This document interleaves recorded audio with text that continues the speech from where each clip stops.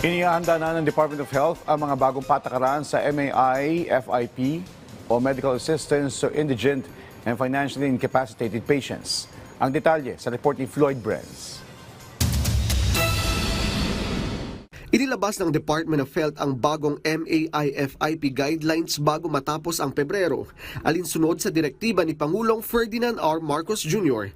Ipinagbabawal na sa ilalim ng 2026 General Appropriations Act ang paggamit ng guarantee letters mula sa mga elected officials para sa bayarin ng pasyentes sa ospital.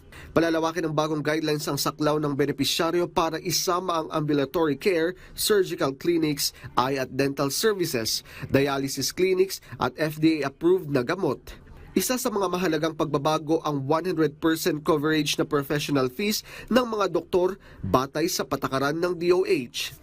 Tumaas din ang pondo ng MAI-FIP mula 41.1 million pesos noong 2025 tungo sa 51.6 million pesos ngayong 2026 na magsisilbing batayan ng bagong guidelines. Samantala, nilinaw ng Department of Health ang super flu sa bansa ay hindi dapat ikabahala at hindi sanhin ng malalang pulmonya dahil isa lamang itong karaniwang trangkaso na mas mabilis kumalat.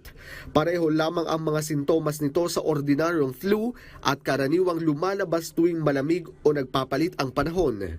Pinayuhan ang publiko na mag-ingat, sundin ang tamang kalusugan at agad magpakonsulta kapag nakaranas ng mga sintomas tulad ng lagnat, ubo at pananakit ng katawan. Floyd Brenz para sa Pambansang TV sa Bagong Pilipinas.